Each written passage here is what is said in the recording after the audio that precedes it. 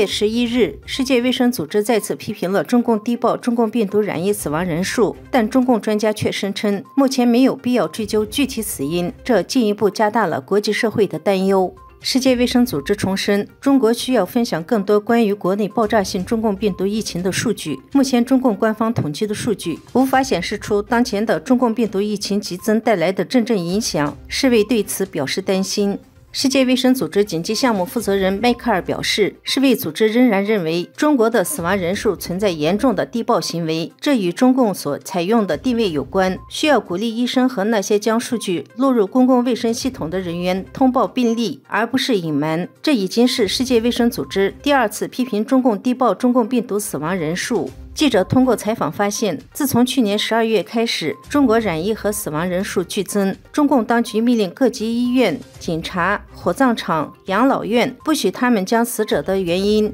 归为中共病毒。世界卫生组织对中共当局隐匿中共病毒疫情的态度与3年前相比显得更加强硬。时评人员认为，主要是这3年以来，世界看清了中共是一个很不负责任的政权。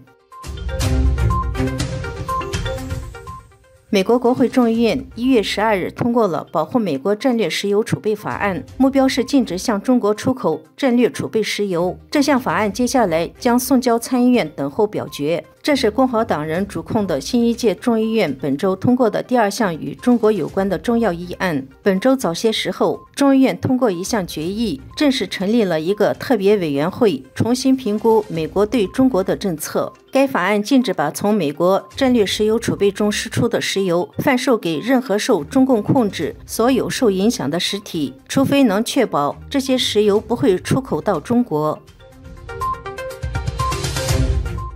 中共当局一直以来对异议人士、政治人士实施着跨国打压。美国政府越来越清楚地认识到，跨国打压不仅危害受害者的基本权利，也威胁到了美国的民主、自由和法治。为反制中共跨国打压，联邦调查局最近在社交媒体做广告，呼吁遭受中共跨国打压的受害者举报。近期，居住在美国费城地区的一些华人通过脸书收到了联邦调查局发布的中文广告，内容显示跨国镇压是非法的，而你可能就是中共政府跨国镇压行动的受害者。联邦调查局还举例了跨国镇压的形式，包括网络跟踪、骚扰、人身攻击等，并特意将微信骚扰列入其中，表示希望受到中共跨国镇压的华人尽快与调查局的费城办公室联系。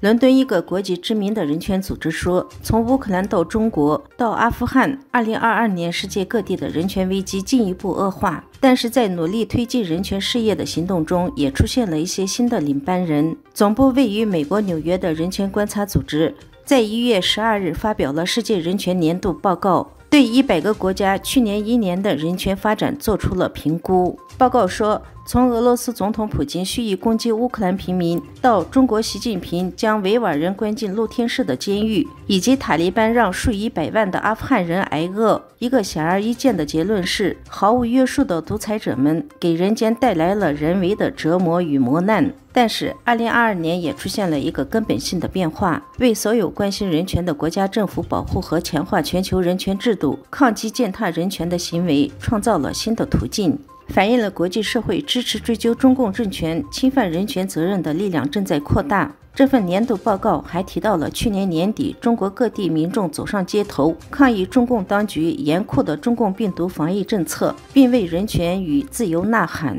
报告说，国际社会对中国政府侵犯人权行为正在施加越来越大的压力，包括美国通过了法律打击中国出口新疆强制劳动产品等一系列法案，欧盟也推出了类似法案。另外，有多国政府因中国政府侵犯人权行为，对2022年北京冬季奥运会实施了外交抵制。